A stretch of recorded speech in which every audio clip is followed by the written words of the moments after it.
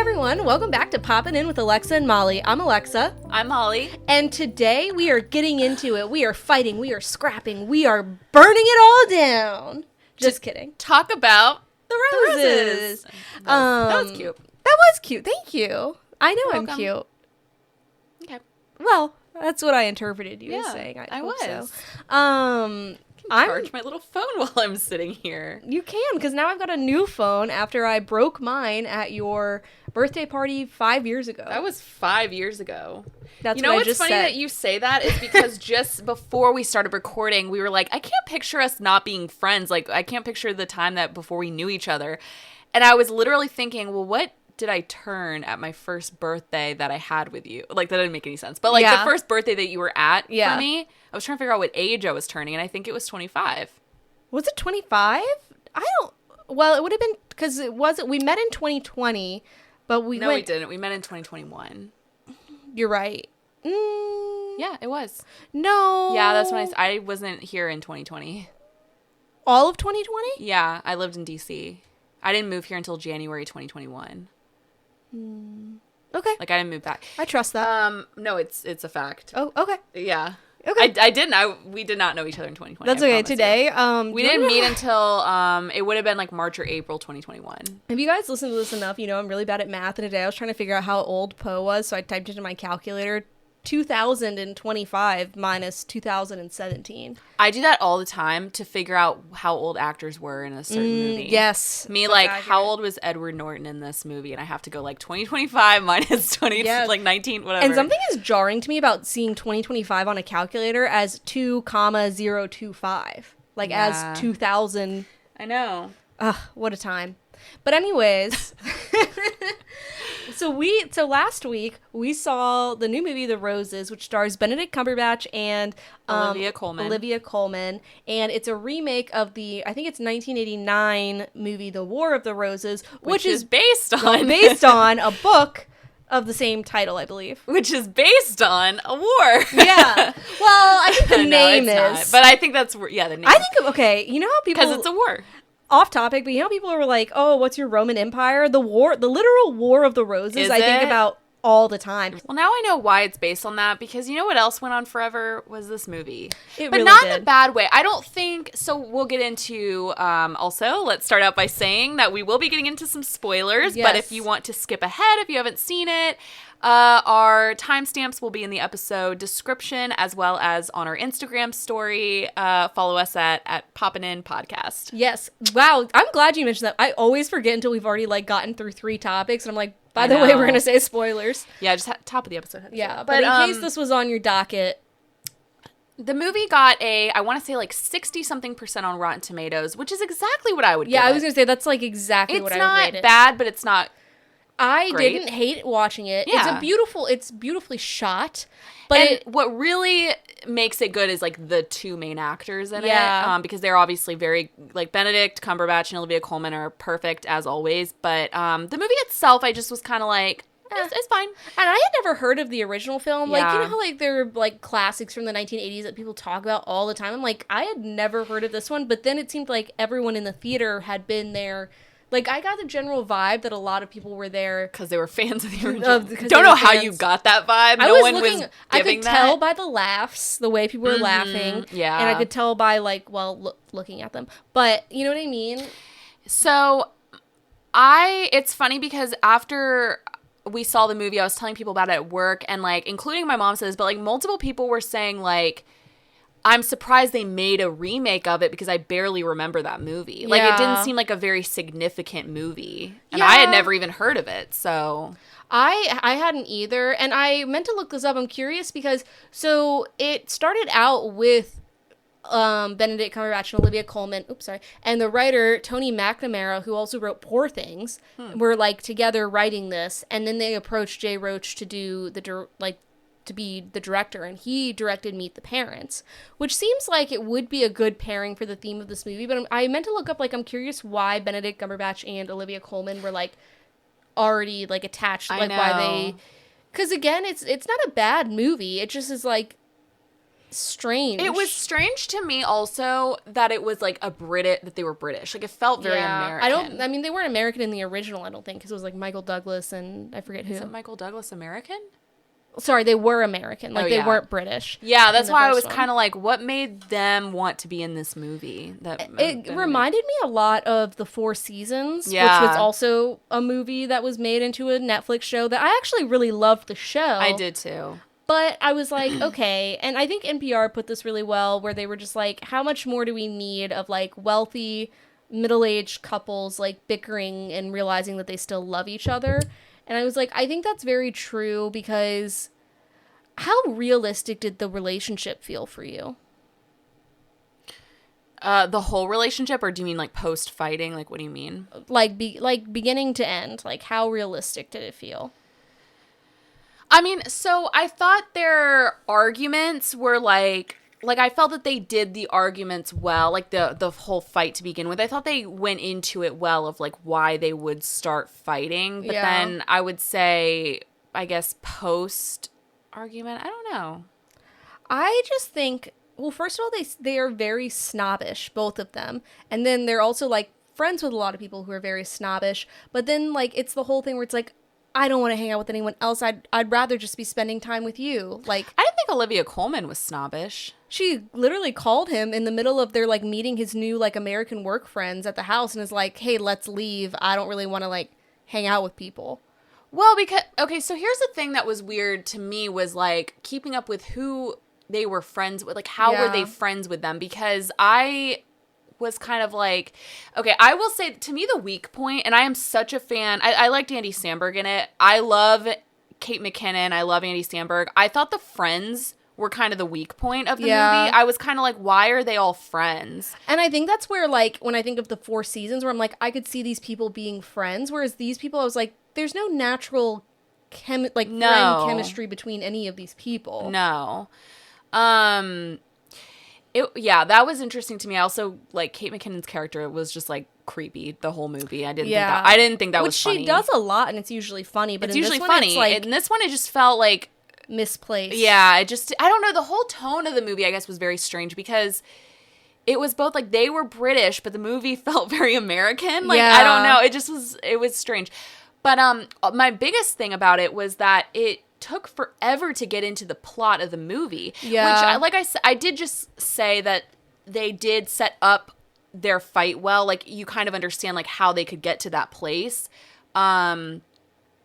But I just felt like it was literally an hour into the movie before they actually started fighting. Right. It was kind of it was a little strange. I don't know. And I feel like the beginning of their relationship, like at a certain point, like there were things that were realistic, but sometimes they were just like too like, oh no, I like whatever you want, like I love you, like it just, I was like, okay, they've been together for 10 years and they have 2 kids, like you see how they meet, and then it flashes forward at the beginning and they're still like very like lovey-dovey with each other in a way that I'm like, that just doesn't feel realistic for people who've been together for a decade and have 2 kids. And it's like, they would have already been, like, having some arguments and fighting. Like, they're just, like, a little bit too, I don't want to say in love, because you can still be in love. But, again, it just, like, felt, like, unrealistic to me in the, like, it felt like 2 people who had just started dating. You know what I mean? And then it progressed. And I think you're right. Like, I think the way they show that progression is well, or they do it well. But I think, like, then it progressed into the fighting that was also unrealistic because I don't think people, like, would fight like that. But I think that's, like, the point of the film. Well, it's funny because they show the preview, like, it's supposed to be, like, an all-out brawl. And, I mean, they really don't get into that until, I would say, the last, like, half hour of the movie almost. Like, they don't have that. And maybe that's how the original was. But, I don't know. It was interesting. How did you feel about were you on anyone's side between the 2? No, because here's the thing. So what happens, if you haven't seen it, it's basically just like this couple, they are together, they have kids, and then there's like this really devastating thing that happens to Benedict Cumberbatch's career that causes him to like, Olivia Colman staying home and taking like care of the kids, but then he now is staying home and taking care of the kids while her business and career is like booming. And so What did you ask me? Like, did you feel like one of them was more right in this situation? No, because they both were doing things that were dumb, but I think the dumbest thing of them all, like, they have this conversation where he finally admits, you know, I don't feel, like, super fulfilled just taking care of the kids all the time, like, I want to go back to work, and she's like, yeah, but somebody has to take care of the kids, and I'm like, aren't your kids, like, 13?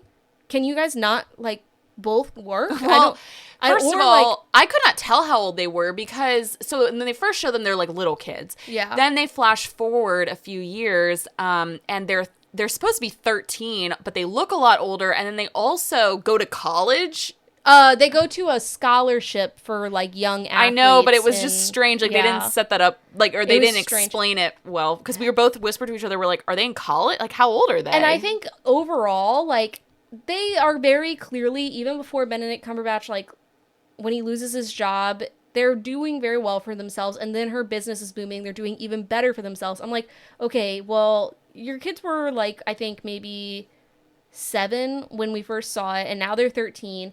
Regardless, they're probably in school, so you could have worked part-time, or I think you could have afforded a nanny. If it's getting to the point where it's like, they could have definitely afforded it's going to destroy our marriage, and we're going to end up, like, almost committing murder, like, yeah, I think we could have gotten some help, you know? Yeah, I think it was also him just being like like a helicopter parent. And I think it was him, that was what he wanted to do at that point, was just like train them into being like these beasts, you know, like athletic. I don't know. I don't think he wanted to. I think he just had to. He didn't have to make them like these like super athletic. I think he had to take care of them because it was like, okay, well now someone's got to like support us because, you know, you broke down a whole building. I think, but I also, okay, yeah, they're super athletic like machines. They seemed happy. The kids seemed happy overall. Yeah. And also, like, when she was taking care of them, your son is literally, like, peeing on your restaurant. You know what I mean? Like, yeah. So she wasn't, I think, like, the thing about them that's very interesting, as a couple, they both seemed all or nothing. Whereas, like, even raising their kids, it's like, you wouldn't have these crazy lunatic children or these athletic machines if you guys both just put in, like, met in the middle. Both, yeah, exactly. Well, it did kind of frustrate me. Like, she was getting mad at him.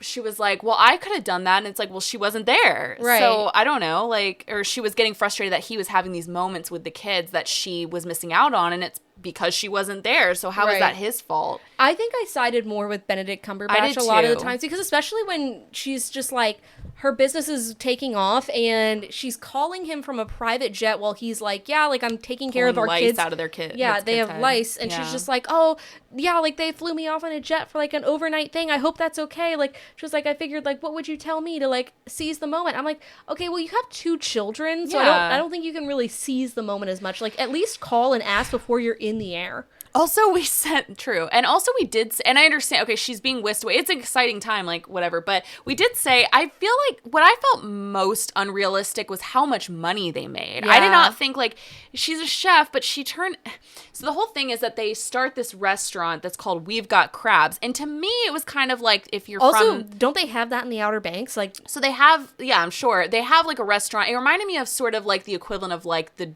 like, Dirty Dicks in the Outer Banks. Of. And so it kind of was that vibe because it was like a beach restaurant. Which, when she said that, I know it was supposed to be a funny joke. I was like, I'm not laughing. I didn't think it was funny. Yeah. And then, so they had that restaurant and like it turned into, by chance, like there's a scene in the movie where suddenly a lot of people end up at the restaurant, and including this like super like high profile like reviewer, like a restaurant reviewer. And it ends up, like, they give them like a really good review and it turns into this like Michelin star like restaurant, which is just, to me, was unrealistic, like how quickly We've Got Crabs. Because I was like, well, what's the vibe of this restaurant? It's called We've Got Crabs. So that kind of gives like a you know, beach sort of whatever, like a popular restaurant, but not necessarily. But then it was like really fancy foods. I was like, it reminds me of The Bear, where it's just like, what is the vibe of your restaurant? Right. Like, as if. So then she becomes this like super famous, like really successful chef. And I'm just like, why is it always a chef in every movie? Because that's unrealistic to me. We were discussing this afterwards because he's an architect and she's a chef. And I was like, God, I'm so tired of seeing architects and chefs in movies. But then I was like, it is a very visual job, both of those. So like, again, I don't think you would have, like, there's not as many like cybersecurity analysts in movies, you know, because how would you show that? But like a chef, you can be like, I'm cooking and I'm presenting the food, and an architect, it's like I'm drawing and I'm showing you a building, you know? I correct me if I'm wrong, I really don't know, but do chefs make that much money? I think it just depends on where you're working. I don't really know. But I think what's unrealistic is how fast her business was booming. She's like, let's open another restaurant when like their marriage was going downhill. And I was like, it does take a lot of money to just open another restaurant. But I guess what I mean is like the way she was on covers of magazines, and I was kind of like, is that a chef thing? Like, would people really care about who? Do you know what I mean? I think people do if you're in that world. Like, it's in The Bear too. I'm not in that world, so I don't know. But these are all fictional things. That's why I was saying sometimes I find it like a little unreal. Oh, she was a chef in that show too. Yeah, wait, that's crazy. That's crazy. Do you think she really cooks in real life? I mean, I'm sure she's cooked a meal at least. Well, I know. I meant, do you think she's really that good? Because it's funny that she would play a successful, famous chef in two different things. Maybe she just gives chef vibes. I don't know. I guess she does. Also, you know what the thing about Olivia Colman is? She gives many different vibes. Yeah. I've seen her in such a wide range of roles. She's truly a versatile actor. What was the first role you saw her in? Good question. I'll go first. Mine is Broadchurch. That's a good answer. Mine might have been the favorite, and that wasn't like the first. Like I'm saying in my like I've seen her in older things since then, but like that was the first time I ever saw her. And she's honestly, I think she's aging great. I mean, she looks almost the same. She's so gorgeous too. It's like and she's so nice. She seems like the kindest person. She has a very like wide, like bright, open face. Like she's the female version of Josh O'Connor. I'm deciding that. Well, didn't they play mother and son in? I don't know. I don't know what. The Crown. Yes. Yeah. Well, I'm just saying that because they're both two nice little British people, and I love them. Yeah, I could see that. And great actors. And I'm going to go into that in a minute. Because I am adding another topic that we haven't talked about. Okay, interesting. But yeah, I think overall... What was a part that you genuinely, like, laughed at? That you were like, that was funny? I don't know. It's been a week since we saw it, so I can't really remember. I can only think of two. And the first one is when you meet their the gun. Yeah, their American friends. Scene. They go to a gun range and they're like, "Oh, as a gift, like we've gotten you your own gun. This one's already killed someone." You know what part? Okay, that scene was funny. I thought there's like a scene where they're like, I don't even know how to explain it, but there's when Benedict Cumberbatch wraps his legs around Olivia Colman and they're like shooting whatever. I thought that was funny. The thing is, it was so just like. Some of the jokes, I was like, okay, we get it. Like, those are your American friends. I don't know if, like, British people realize it's not just all, like, we don't all just go to gun ranges every day. No, I think they do realize that. I think they're just playing on, like, the trope. Yeah. You know? I guess so. Like, they had fun doing it. I've never been to a gun range. I was offended as an American. As a red-blooded American... Has a gun slinging. No, just kidding.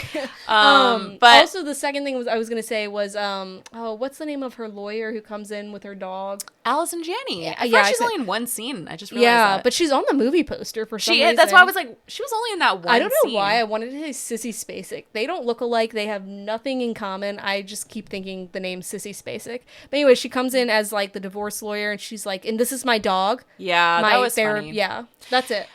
That's it. Yeah, I didn't really super laugh at anything. I will say, one thing I did say to you after the movie, I was like, Benedict Cumberbatch, this might have been this might have been the hottest I've ever seen him. Yeah, I was like, okay, I get it, Molly. Thank you. I've always loved, for those who don't know, he's probably like my number one, like my favorite actor probably, and I love him. Really? Yeah. I thought it was Cillian Murphy.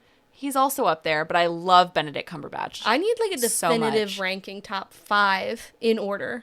Not right now. Think about it. I'll think about it. Benedict Cumberbatch is number 1 though, and I love him. I've always thought he was hot, but this one was the first time I've ever seen him be like a modern person in anything. Like he just like looked so good, and I think that's what made me be like, okay, I could see it. He usually just kind of looks weird and stuff. Seeing him in like this, where he's Doctor Strange, like they literally make him look kind of alien. I was like, okay, interesting. Or like in Sherlock, he's kind of like. Not alien looking, but like they make him.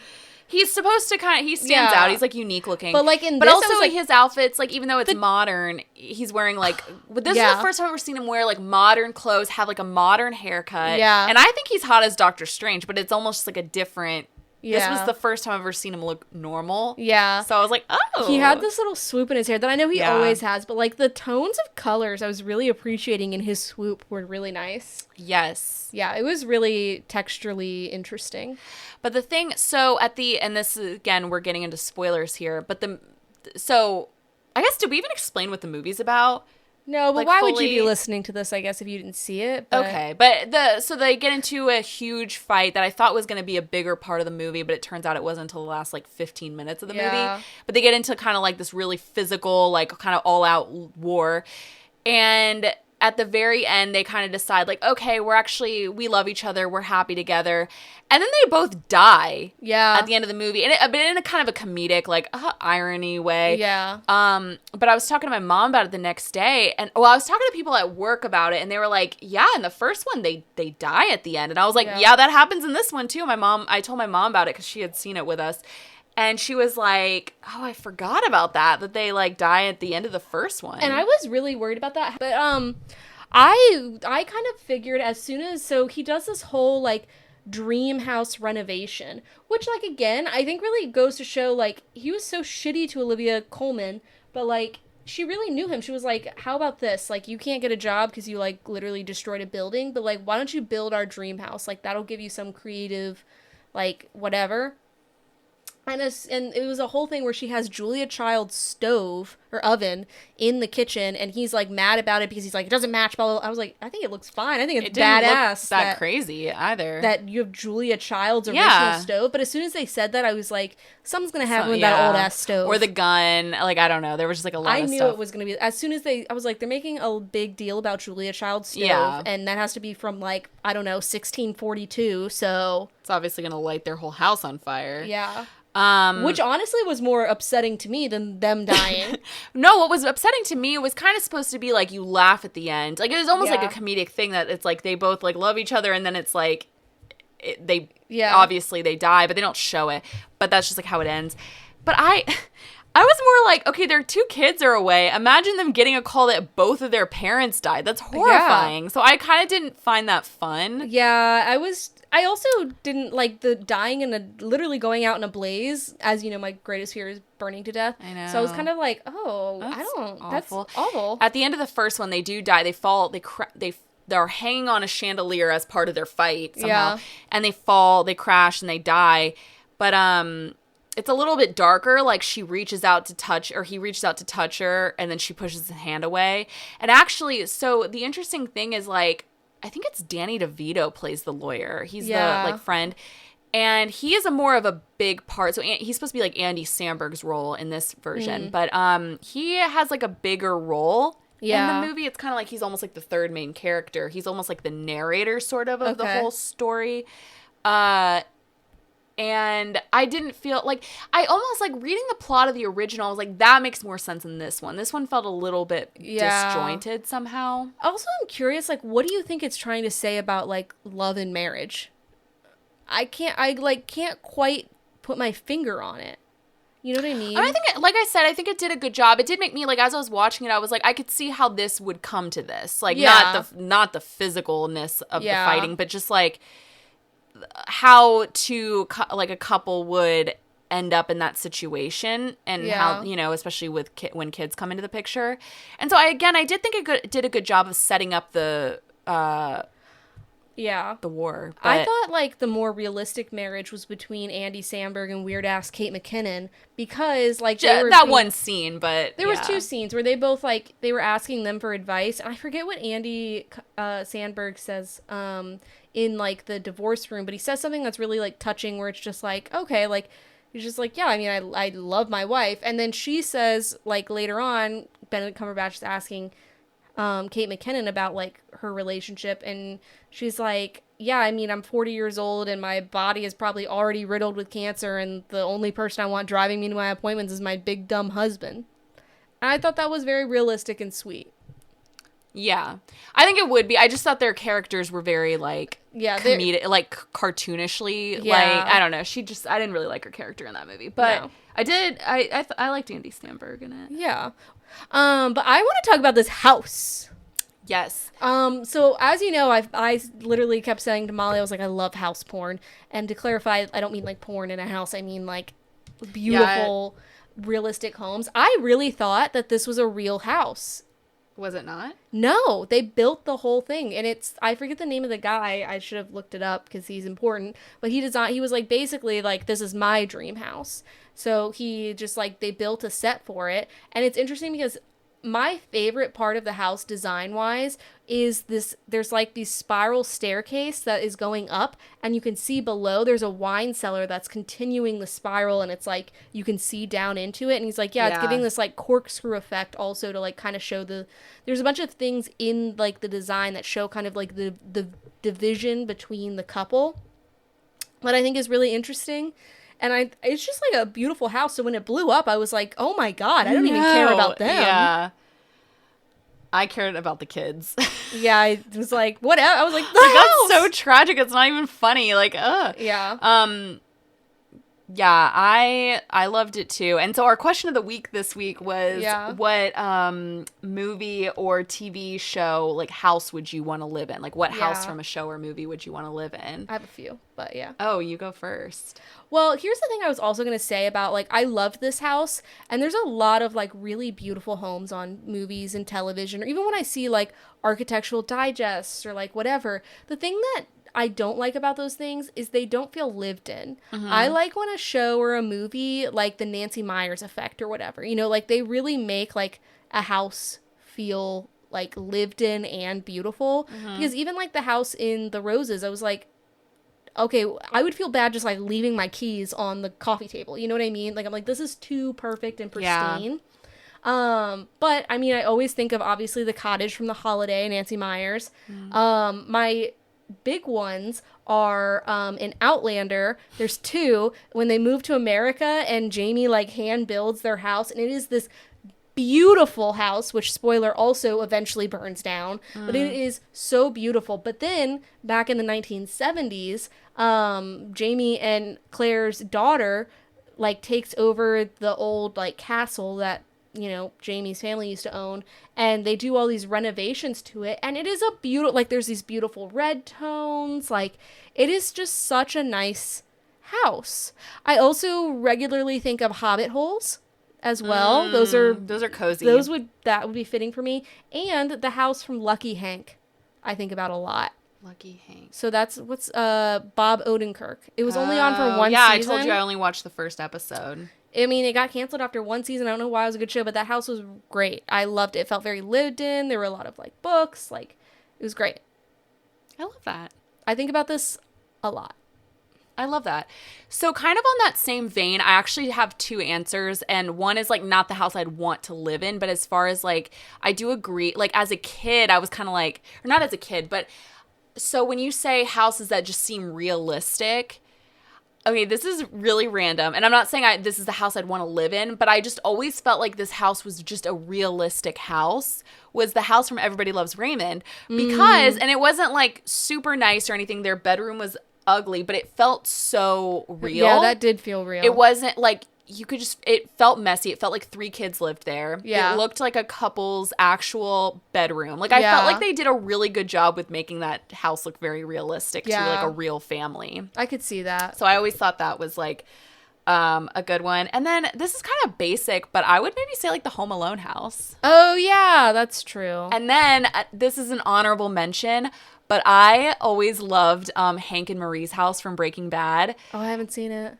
They had like, it was like all purple because her favorite color was purple. So she's just like, everything she had was purple. And they lived in Albuquerque. So they just like had like a very nice house with just like, it just like was like a good, I don't know. Just every time I saw it, I was like, I love this house. And then I compared it to Walt and Skylar's, and their house was like ugly. So I actually have 2 others. So my top one, I forgot to mention, this is my number 1. This was not the point. This is a very tragic documentary. Okay. But the Mia Farrow I'm picturing their backyard. Alan versus Farrow. Yeah. The whole time like they're talking about this awful stuff, and I'm just like, God, their house is beautiful. And the thing is, it feels lived in. It's like a country farm house that's huge. Yeah. But it's like there's art everywhere, and it's like there's books, and like wasn't it on a lake? Like I'm picturing like a lake. Wasn't there like there's like a house, pond, a I think. pond or something? Yeah, they just had like a nice backyard. It was so beautiful. I think about I'm like that is because the thing is it's not farmhouse aesthetic. It's almost like I don't know, like a turn of the century type of thing. I loved that house. God. Another one I loved was Hallie. I think it was Hallie's house in The Parent Trap. Oh yeah, it was like the Napa Valley house. Yeah, I loved a good that one. I was definitely okay. I have a question because I think this will like explain our friendship a lot. When you were a kid and you watched The Parent Trap, like who? I already know the answer, but like which twin did you want to be more? Did I want to be, or like which like parts did like which parent did you want to live with? Yeah, obviously Natasha. Yeah, you liked the British. Yeah, yeah. Okay, I like. See, I was like, I would have loved to have been Hallie.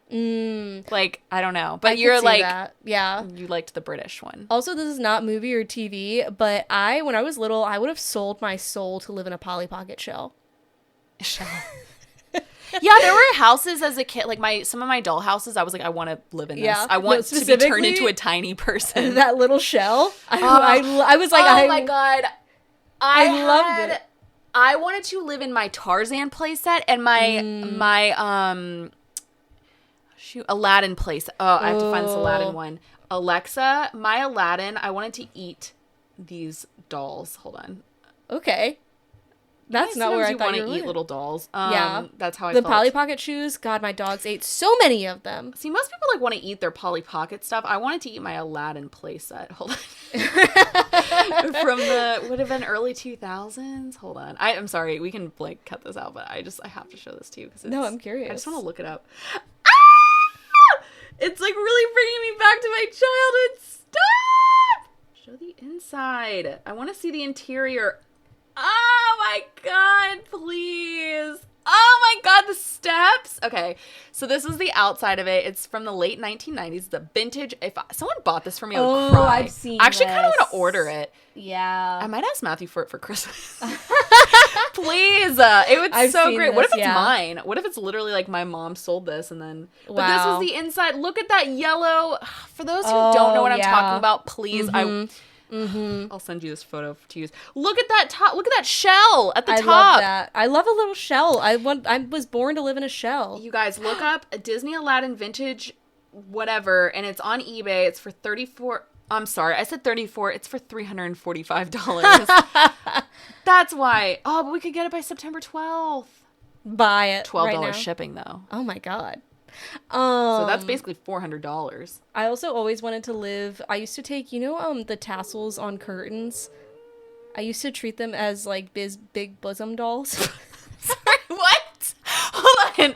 Oh my god, I know what you're talking about. Yes, and where it's like the head is like the strand that they like move from, and then it'd be like this is their like chest, and then they have like a dress underneath because it's like a tassel. So funny. And I would play with them in between like the rods of the stairs. You asked for dolls, and instead you always just made dolls, and I find that so fun. My parents got me a lot of dolls, and then they'd be like, "Why are you doing this?"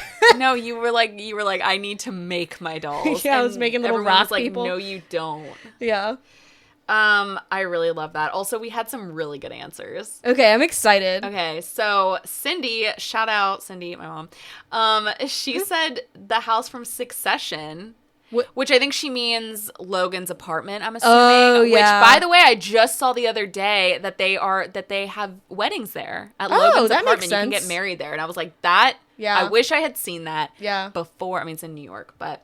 Can you imagine how expensive? But she said Succession. I was like, hell yeah, Cindy. That's a good answer. Yeah. There's so many aesthetic things about Succession. The thing is, everyone answered the correct answer, in my opinion. Okay. So Eric said the Cullens house in Twilight, and I was like... Oh, yeah. I was thinking of Bella's house. Answers. I was like, oh. No. I mean, not that it's bad. Yeah. That little breakfast nook is It's a cute. very fall aesthetic, for sure. No, the open window, like the glass windows with the trees. Yeah. Hell yes. I was like, that's a correct answer. Yeah. And then Liz said Murder House, of course. And I was like, yeah, that is a good one. Yeah. Absolutely. And then she also said the Roanoke House from American Horror Story, which you never saw that season. But that is also a great house. And then she said the she said the Big Little Lies houses. Oh yeah, those for a are different good. vibe. So it took me forever to figure out what she was saying. She said BLL, and I was like, what is that? And I was like, Big Little Lies. Brazilian lift. Yeah, I was like, it really took me a minute. Also, I honorable mention Mr. Tumnus. His little house. His little hole. I was born to be a little hobbit. Who do you think would play him in the next, like, so when Greta Gerwig does her movies, who do you think is going to play him? Because I can't see Josh anyone. O'Connor would be good. Josh O'Connor. Yeah. I can't see anyone other than James McAvoy. Yeah. God, what a hot Or man. Tom Holland, maybe? No. I love Tom Holland, but I don't see that happening. Josh O'Connor was a good answer. A kind face. Josh O'Connor. So when I try to think, also Miss Honey's house from Matilda. Oh, yeah. Also, so the Gilmore Girls house that for some reason is massive and only has 2 bedrooms. Also, the Jersey Shore house with the duck phone. I never watched I Jersey always thought Shore. that'd be a fun bachelorette destination. That would be, yeah. Because some Let's people do are it now, over. I've noticed a lot of people are doing like Jersey Shore themes for their bachelorettes. And I do think like, imagine staying at the house. Because I think you can stay at the house. Do you think it's too soon for you and Matthew to renew your vows? I mean, I would say at least give it, I mean, we're not even at 3 years yet. So But maybe. you guys have been together for like 13. What do you want for that? Like, so we could do a bachelorette. Oh my and then you God. could get married at the Succession we could just house. do a... True. Yeah. True. I feel like there's a house that I am These missing. are good points. And I know, I'm really like a big one. yeah, and I can't. The Princess Diaries house where she slides down the fireman pole. It's too chaotic for me. It was chaotic. You know what I loved was when they throw the darts at the balloons and it does paint. I felt that was very satisfying as a kid. Bridget Jones's apartment is very nice as well. Never seen that. That's a fun little place. What shows do we love? I'm trying to think. Obviously Pemberley from Pride and Prejudice. Oh, I was like, who's that? Saltburn. The Saltburn house. But that's like not I wouldn't want to realistic. live there. I do love their like little pond situation though, where they swim in that pond. Which also, like, I think about like Barry Keoghan dancing naked at the end of that, and I'm like, yeah, what else are you gonna do in that house? If I own that house, I would now by yourself. You've killed everyone. I would love to run through those halls naked. Yeah. Let those tits free. Do you remember, sometimes I hear Murder on the Dance Floor, and it's funny when a movie can really set a year for you, like, or a time and place can be set by a movie. Yeah. Because I hear Murder on the Dance Floor, and I immediately go back to, like, winter of 2023 or 4 or whatever, and we were really obsessed with, like, Jacob Elordi's Bathwater or whatever. That's how I feel the whole Barbie soundtrack, like, really puts me into that time. Yes. Yeah. Speaking of Jacob Elordi's Bathwater, this is kind of off topic, but so the TIFF, this is actually, I'll go into this now. Okay. Well, they had the, it was TIFF, Toronto International Film Festival. TIFF happened this weekend. You better believe I watched every single interview from while I'm visiting people, by the way. I'm literally out of town and like, I could see that I'm for like you. by myself, like watching like, I'd be waking up early. Yeah. And I was watching all the TIFF interviews, and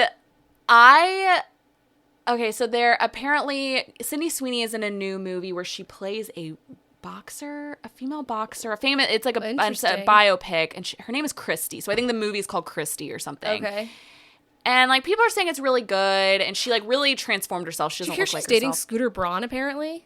We'll get into that, whatever. Yeah, well, I'm getting into it now. Okay. So I was just going to say, like, she was actually interviewed on the carpet. Somebody asked her, they asked her about the ads. And she went, you can tell her face just morphed into anger. She was like, I would be too, if you're there to, like, talk about a movie. Like, I mean, if you're going to put out an ad like that, then you better be expected to stand on business. This is also true. But she's there promoting a movie, and she's trying to talk, and that's taking away from the movie. She's trying to talk TIFF. She's trying to talk this movie Christy or whatever, and she goes, the guy asks her, and she goes, I'm really excited to like for everyone to see Christy, and I'm here for like that's like what she said, and she was pissed. And then she was in an interview, it was like a variety interview or something, I don't know, and they asked her like, how do you feel when you see like Sydney Sweeney trending? And she was just like, I mean, like, I just say, for what, like, what now?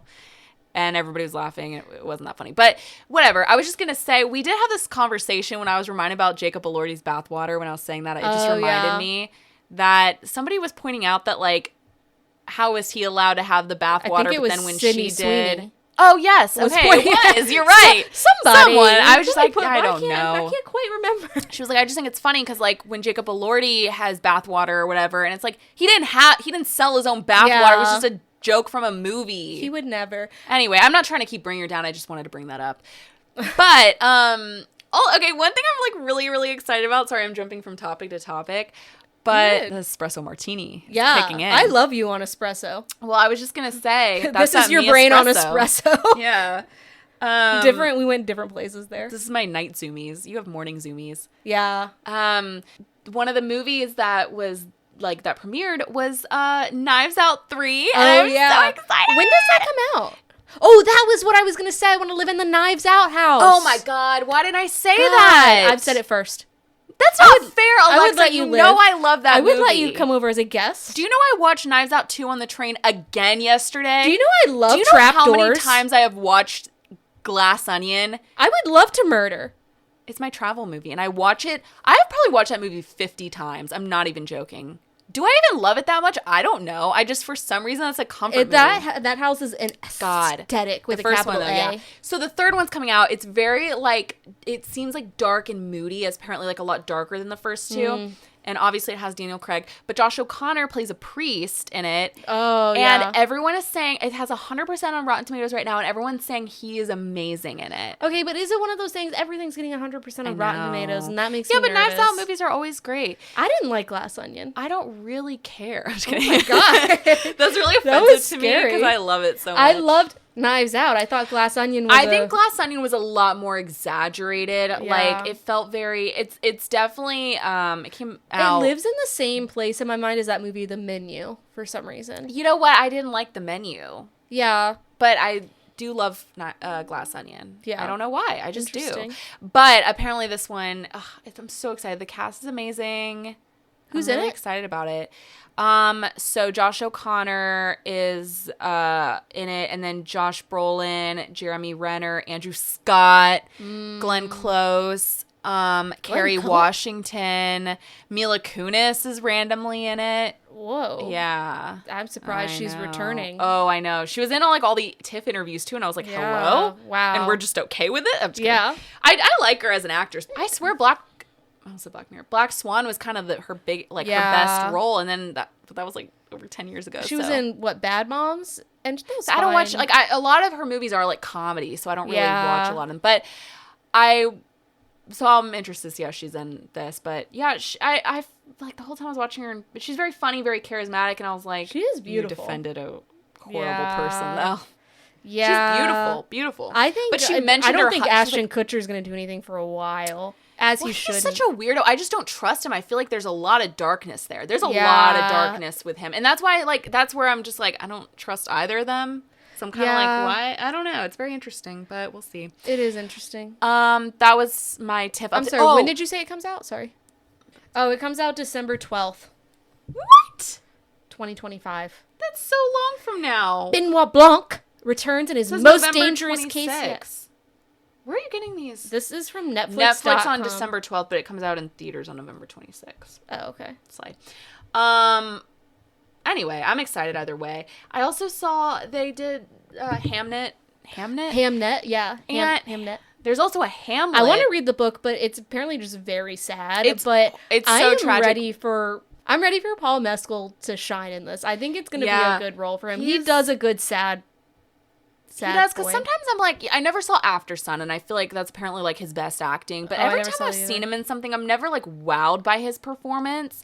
I don't know. I just sometimes I'm kind of like, oh, he's fine. Yeah. But then like in this, apparently like he's very good, and it's apparently a very like Jessie. I'm a huge fan of Jessie Buckley. I like love her, and she's apparently really good in it. Mm-hmm. But what I was gonna say was they were doing interviews for this, and the little boy that plays the son, he's like, I'm calling him a little boy. I don't know how old he is, but he's a small child. Yeah. He like started crying while he was talking about it. Like he just like started like really crying, and it was actually so emotional. I was like, oh, that's why like a lot of people are like, I can't even read this book because it's like really emotional. Yeah. Apparently the movie is like everybody was just wrecked by the movie. It's the same director who did Nomadland, which I never Is that what it's Oh, called? yeah. The one with Frances McDormand. Yeah. She like won the That's what Oscar it's for called, it. yeah. She directed that, and it's I never saw that, but apparently it was very good. But I was gonna say there's also a movie. There's also a Hamlet movie that was also premiering, and I forgot it's somebody famous who did it, but I can't remember who it was. Oh, Riz Ahmed. Yeah. So anyway, there were just a lot of that was kind of my little TIFF review. That's your little tiff. My TIFF. Yeah. Okay, so speaking of movies that are coming out, we have to talk about this. The Wuthering Heights trailer came out last week, and when I tell you, the feed was popping off. Okay, here's what I'm confused about. We've talked about this in the past, and we saw photos of it because it was like so it stars Margot Robbie and Jacob Elordi, which already the casting is a little strange. Yeah. And we were kind of talking shit about the movie because we're like, why do we have, we're kind of feels like we're whitewashing the movie. So I'm curious because you were so excited when the trailer came out, and I was like, it still kind of looks like shit to me. Really? Kind of. Interesting. So I was hesitant at first. Okay. When they first released the photos, I was like, why is it Margot Robbie? Why is it Jacob Elordi? But then I love both of them, but yeah. But then I realized, I'm like, okay, I don't think she's just doing like a straight up book to screen adaptation, like you said. Like she's doing like a Marie Antoinette style thing. Or I have another theory. Okay. That a lot of people have this theory. But so the movie is, and it's Emerald Fennell who directing it. Saltburn and Promising Young Woman. And some people also was in Call the Midwife. She was also in The Crown. Oh yeah. Yeah, she's people are like hating on her now. Like when Wuthering Heights came out, they're all just like, oh, Emerald Fennell and like her horrible director, like whatever. And so that's why I was like surprised about the sudden shift in like when the trailer came out. It's very divided. I think still people are either like, this is hot, or they're like, this looks horrible. Yeah. But what I think is happening, and this will be interesting, is the movie is actually in quotes. Yeah. So people are wondering if like, and it seems if you watch the trailer, it seems to take place in 2 different time periods. And so some people's theory is that Margot Robbie's character is like imagining herself in Wuthering Heights. Oh, really? I don't. What are the places where it's like 2 different time periods? I don't know. They were commenting on the outfits, and they were like, one takes place in like the 18th century, like one takes place in the Wuthering Heights like time period, but then one takes place in like another time period. I don't know, but they were saying like, what if it's like it's not really Wuthering Heights, like her putting herself in that story, which I was like, that's an interesting theory, because again, it is in quotes, and they don't usually put movie titles in quotes. Yeah, I thought the quotes was almost like because it's styled after like a book cover type of thing. Well, and then people are also comparing it, like it looked like the Gone with the Wind cover. It does, which but no, the quotes thing is interesting. Is also like a whole, I mean, problematic, but like the main characters is all about like yearning and like a toxic relationship, and I think it makes sense. But the quotes thing I think is just like, that's not usually how movies are written. So like on the Universal page, or like it's not just like in the title, it's literally the title of the movie. The trailer like says like Wuthering Heights. So it's like, that's what the movie's called. So that's kind of different. Like it wouldn't be called that. Yeah. So there's something behind those quotes. I think so. And here's the thing, it's like, just give it a chance. I think what's interesting is people are like, oh, this is just like a sex crazed plot. And I'm like, if you read Wuthering Heights, the book is. Yeah. Yeah. I mean, for the time period, it was pretty like, what do you call it? Scandalous. Racy. Yeah. You know, so I mean, in 2025 terms, I'm like, yeah, put a finger in a fish's mouth. I bet that is like what we're doing. I didn't see that feedback. I think people were just not sure about her direction of it, and kind of again the fact that the casting is a very strange casting. It is, but I also trust like Margot Robbie and Jacob Elordi. Like honestly, I haven't seen them like pick something that I hated yet. Like, I can't think of a single thing that either of them were in that I was like, that was bad. And I do actually trust Emerald Fennell. Like, I like her. Like, I loved Saltburn. I loved Saltburn. But I don't think everyone... I think she's a very divided director. So. And I think, like, people are like, oh, with new music from Charlie XCX, just the way, like, the author imagined it. And I'm just like, again, I think it's fun. Like, I was like, the pure romance in the trailer, I was like, this trailer is fire. I literally was watching it like this. You can't see I'm doing like a little smile. Yeah, and I watched it probably 7 times. One of my favorite like trends right now is people like putting their like Emerald Fennell directs like, and it'll be like, am I saying her last name right? I don't even know. Okay, and it's like The Giver, whatever. It's like random like books, and it's like just like hot, like just the way that they're editing is very funny. I'm not explaining it well, but look it up. But like, so fan of the pod and former guest Liz and I have been talking about this like in depth like since it was released, and she is a huge Wuthering Heights fan, and she was like, I'm excited for this, like I just because we had plenty of like literally word for word adaptation, so like let's do something new, let's try it, let's see what's going on. So what was the difference between like when you were first talking about it and now? Was it just the trailer?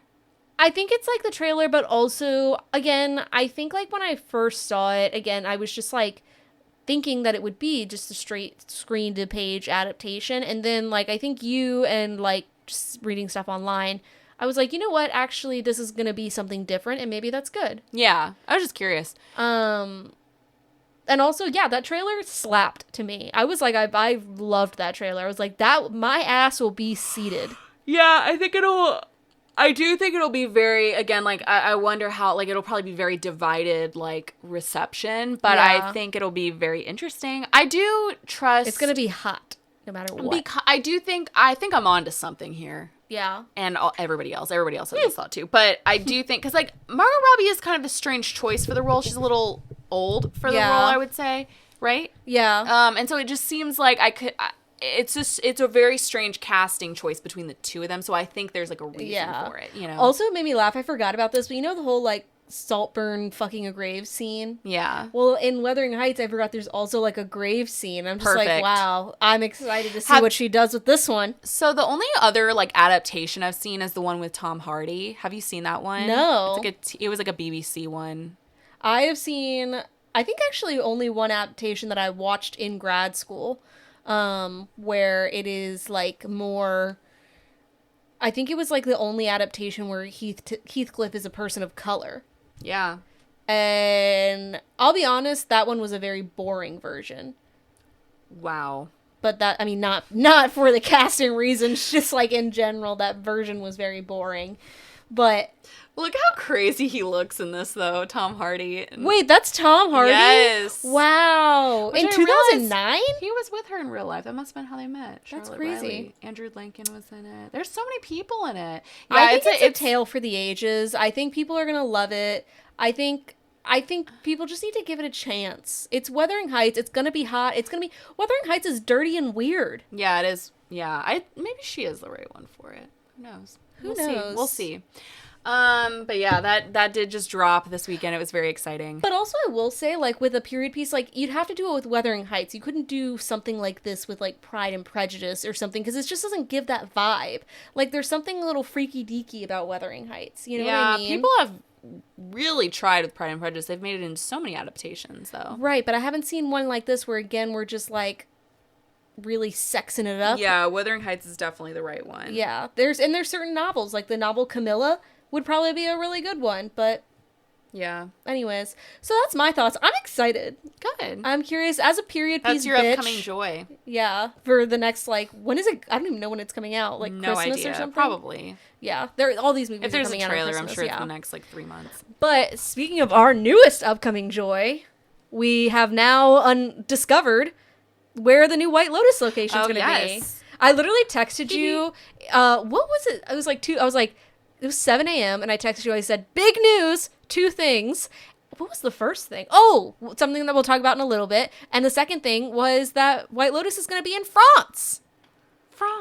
Yeah, I was surprised. Well, I was surprised, but not because people had been like, oh, it should be like the French Alps because it should be like a winter one. Yeah. But now, like, I think you said when we were talking about the White Lotus before that Mike White doesn't want to do anywhere like he doesn't want to do like a winter theme because he likes tropical stuff. Oh, I don't know if I said that, but I believe well, you had read it or something. Yeah.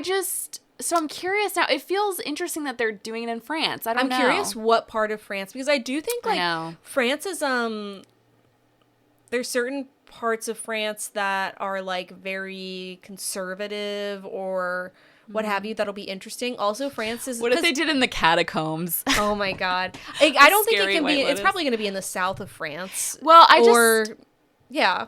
I'm just curious with the cultural aspect, because you know how like with each season there's like sort of like a cultural aspect, and I'm just curious what that would be with this. I think it's going to be something having to do with like because France is when people think of France, they think of like stereotypical France, but it's big on like, you know, they've colonized a bunch of people, but they also have like a huge immigrant population. This is true. You're right. Especially because of like people who are fleeing nearby nations to come there. So I think if I had to guess, I would say that would be a part of it. But I'm going to say if I don't get a musical rendition of Be Our Guest from the White Lotus staff, I don't want it. I will vomit if that happens. Just like as a social media teaser. You know, I just can't express Armand how as, like, badly I don't want that. Armand's ghost, just like be our guest, be our guest, put our service to the test. I'm uncomfortable. Truly. Ooh, the Beauty and the Beast house would be a good one. That library. Oh yeah. So long as I'm not caged in by a beast, I guess. Or like, or maybe Molly's like tie me up. Look at my eyes. Yeah. That's role play. Anyways, Big Mac. Okay.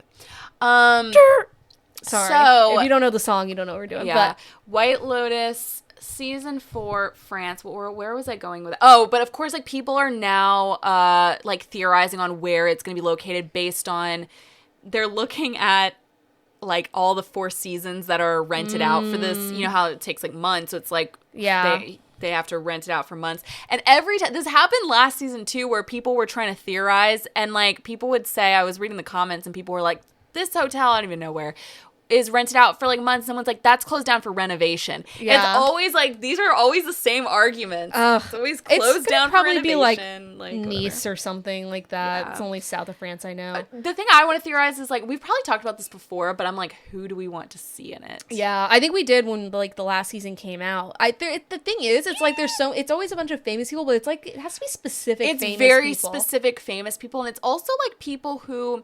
It's like they kind of get a career boost from it. It's not ever someone who's like super famous. Like it wouldn't be Benedict Cumberbatch, you know what I mean? Right, but it's kind of like people who are like, we may know them from things, but it's like now it's like everybody. Speaking of which, I think I mentioned this, but what's his face from Sex Education, who was in the movie The Roses with Benedict Cumberbatch. I would love to see him in White Lotus? I was about to say the 4 seasons. Yes, White Lotus. Yeah. I think he would do well in that. I think anybody from Sex Education, because what's her face was in it last season? Amy. Amy Lou Wood. Oh, yeah, that's right. I really think Sex Education really lends itself to White Lotus for some reason. I don't know why that acting just feels that way.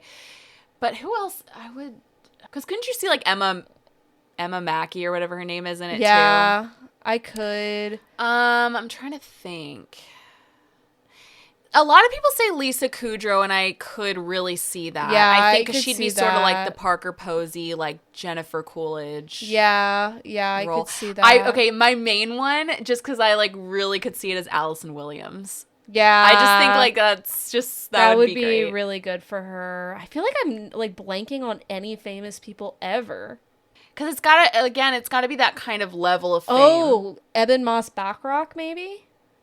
He's too famous, I think. I almost feel like he's in too many things now. Yeah. Speaking of which, I told Alexa this already our podcast pregame, but I watched the movie Operation Mincemeat this weekend, which came out like kind of a while ago. It has Colin Firth, Matthew Macfadyen, but it has Jason Isaacs in it, who was in the last season of The White Lotus, and I was like, it's weird to see him with a British accent. I'm used to him with a North Carolina accent now. Yeah. Let's see. Who else? You know what? Let us know. Who do you guys do? I think we did this before. I know, but it's Go fun listen to our think other. of more people. Let us do the casting once I think of people. I know. I'm just so curious who it's gonna be. Ooh, we should make a post like our dream cast for like White Lotus season 3. And it's kind of like how I feel with Knives Out, where it's like it's the same thing where it's like famous people are cast in it, and you're just like, who? What if? I don't know. Anyway, I'm trying to think of some French actors, but... Oh, yeah, that's true. Ooh, you know who would be I could so see good? Timothée Chalamet's sister, Pauline Chalamet. She would actually... She would be good. She's funny. I like her. And not just because of Timmy. As far as French actors, Leo... Seydoux. She's probably too famous, but Yeah, she's a very famous French actress. There's probably a lot of French actors we just don't know. there will be one for the manager role. Oh, yeah. Or the staff in general. I was watching, I can give like a quick little recap. I was watching The Paper, which I is haven't the seen it spin-off yet. of The Office. I only watched the first 2 episodes. Got bad reviews. It got bad reviews from me as well. Okay. It was kind of just like, so the first scene, I won't spoil it if you haven't seen it, but like, it made me a little nostalgic. It does tie into The Office. Like, the show is connected to The Office. And I won't spoil it, but there was like a scene. I literally had to text my friend from high school who like we watched The Office together all the time, and like I was like, you need to watch the first like 5 minutes. It was very like nostalgic, but that was it because we watched the first 2 episodes and it was kind of just like it was fine. It didn't make me laugh, but I was gonna say that the manager from the second season of The White Lotus is in it. The Italian, she was the manager. Yeah. And I don't really know why she's in it. She doesn't really fit the vibe of the show. Because again, when you told me that, I was surprised. It's kind of it's a mockumentary, so it's very like deadpan, or it's supposed to be. And she's a very exaggerated person. Yeah. It just felt like it felt strange, like it didn't fit. And also Donald Gleason's in it. I'm like, I feel like you're too famous for this. Like it feels weird for him to be in that show. Do you think BJ Novak's too big for White Lotus? Such a good one. He would have been good. I don't know why I'm saying that like he's dead. He's alive. He would be a great one. He would be one, but he would be his character. Do you know what I mean? Yeah. It would be like he would be, oh my gosh, I saw a post of him at the US Open. Somebody was like, so they were posting about like, who was it? It was Bruce Springsteen or somebody was sitting there and they were like, the most demonic situationship is sitting behind so-and-so. And I was like, who? And I looked and it was BJ Novak and Mindy Kaling. We're sitting together. I was like, what is going on? I will never know. Nobody ever knows. So we'll see. I'm so excited for the new season. Yeah. You know what's crazy is like, it probably wouldn't come out for another year, I guess. They probably announced the cast very soon though. Yeah. But like speaking of things like literally when we're talking about the cast of The White Lotus, I'm literally running through my like Emmys. I know. Ooh, Zach Cherry would be good. I could The see White that. Lotus. Yeah, that would be good. Anyway, speaking of which, the Emmys are this weekend. We're very excited. We're planning our annual Emmys gather. Is this our third one? I think so. I'm really excited. I like literally put like I'm like no one bother me on this day. Yeah. I can't travel. I can't go anywhere. I am here. I'll say, in this house. She doesn't listen to this podcast, so I'll say it, but my sister's like having a baby around that time, and she was like sending what time. I was like, I hope it's not on Emmy's day. Just kidding. I love you. Please have your baby when you have your baby. But she won't be having it. Then. What? Okay. She's like having it. It's like a few days later. But I was just like, what? I'm just like, it stresses me out slightly. But also, I'm very happy for her. But also, I'm very happy for me for the Emmys. I know, for us, like, who are not having a child, we're just watching the Emmys. Because this is such a fun guy. Like, we bring themed food. But we win a prize, which we're still deciding on. Yes. Yeah. But I also want to make it very clear that we're very happy for her and her. Yeah, we were very happy for her and her unborn child that'll soon be born. Like, by this time next week, he will be born. I just feel like we sound so bad. But anyway. Love him. Yeah. So I am very excited. But the regular Emmys are Sunday, but they had the creative Emmys this weekend. It was kind of interesting to see who won. Yeah. Because I feel like I'm bringing it up because I feel like it doesn't get a lot of attention. And it's not fair that doesn't get televised, yet it's like some of the hardest working people. Yeah. And some of them, so they do, with the creative Emmys, they also do like guest actors. So Bryan Cranston won for The Studio, which I thought was interesting. And then Merritt Wever won for Severance, which I was shocked by. She played Zach Cherry's wife. Oh my God, she's also in The Gilded Age, but you won't see her for a while. No way. You're not going to see her for a while. I realized this is her like 4th Emmy award. Yeah, she's in a lot of random stuff, though. She is, and she's always amazing. And I didn't think she wasn't amazing. Like, she was obviously very good in Severance. Yeah. I was kind of thinking back, though, and I was kind of shocked she won. Because I was like, I guess she was really good in it. Yeah, I didn't think she was good enough to win. I didn't think it was enough to win an Emmy for, but sure. She's just amazing. I don't know. Yeah. But those are my only updates from that. I can't. But a lot of shows are already like winning a lot of awards. Like the Pit. Oh, the Pit. Some people from the Pit. Oh, won. yeah. But who do you think is gonna win? Like, who are your main predictions? I think Severance is gonna take home a bucket load of Emmys. I think Severance. I think The Pit probably will. Yeah, I think so. But for drama, so they're up against each other for drama as far as like the show. Like, which of the Severance should win. I think it should. I didn't watch The Pit, so that's why I'm asking. The Pit was really good, but Severance is just like very fresh and like innovative. Whereas like The Pit is as well in certain ways for its genre, but like I've just never like when people are like, if you like Severance, what should you watch? And I'm like, I don't know. Because Severance, I feel like, is its own league. thing. It didn't win last time, though, for that's crazy. Season 1. But that's because Succession was there. So it's like, now that it's kind of on its own. But it's also, a lot of categories. No, I'm just saying a lot of good... Adolescence, I think, for a limited series. I really think that boy should win. Whatever his name is, I can't remember. Owen Cooper. Yeah, wow, look at you. That's crazy. Watching, because Chris and I rewatched it recently, and I was like, it's amazing. Yeah, and like really good. The dad, Stephen He's Graham, amazing. I actually think also he hot, should win. Yeah, he is. He's just like, he looks like he could like protect me. He's also, I said this last time we talked about it, but he's one of those actors where I was like, how do we know him? Yeah, but I realize he's in so many things. He's a background British actor. You know what I mean? He really not anymore. I think he's about to be really he popped off on that. I was crying again the second time at the last scene. Yeah, he's great. But I think it's crazy because so Adolescence is up against The Penguin, and I do think those two are going to be very. I'm curious which. I think both. I know, and I probably Adolescence should, but I loved The Penguin. I was just thinking the other day. What did you love about it? I can't remember. Oh, it's so good. It was like one of the few. Sometimes you have that show where you're just like, I am so excited for the next episode. Yeah, I'm actually feeling that way about Alien Earth currently, and I really love that. Oh, we need to watch that. We started Chief of War, and I've been enjoying that. Chris doesn't like Jason Momoa, so he's like weird about it, but I think it's good. I like Jason Momoa. Yeah, I do too. I heard his son is in it. Is that true? Oh, I don't know. I'd have to look that up. Whoa. Oh. I may have made that up. Anyway, I do think Alien. I love that feeling of being so excited for the next episode, and it's kind of rare for me. But I felt that way with The Penguin. It was genuinely. I didn't feel like I was watching a show about Batman. I felt like I was watching The Sopranos or something. I was thinking recently, I haven't had a lot of shows until Blood of My Blood came out where I'm like, oh, I'm so excited for the next. I want to watch. It's a good feeling. Yeah. I've been watching shows and I've been like, that's good. You know what else is up against that though? And I don't think it'll win, but Monster. Oh yeah, the Menendez brothers one, just because what's his face was so good in it. Yeah, that's a tight category. Yeah, I think drama though is also a really tight. And then you've got The White Lotus. Oh yeah, it's stacked. It's stacked really is what I'm saying. God, somebody call IHOP because we've got a stack here. Oh hell yeah, I liked that. Thank you. Straight out the dome. I didn't even have IHOP. I don't even have an espresso martini. Oh, okay. Well, I did have alcohol, but yeah.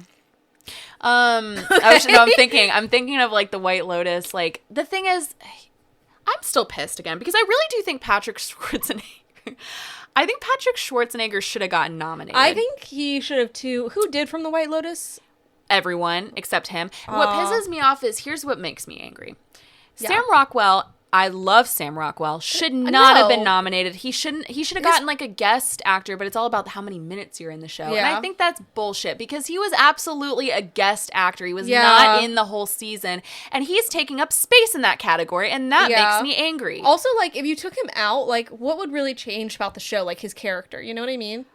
I know, because that one monologue was good. And then it was maybe...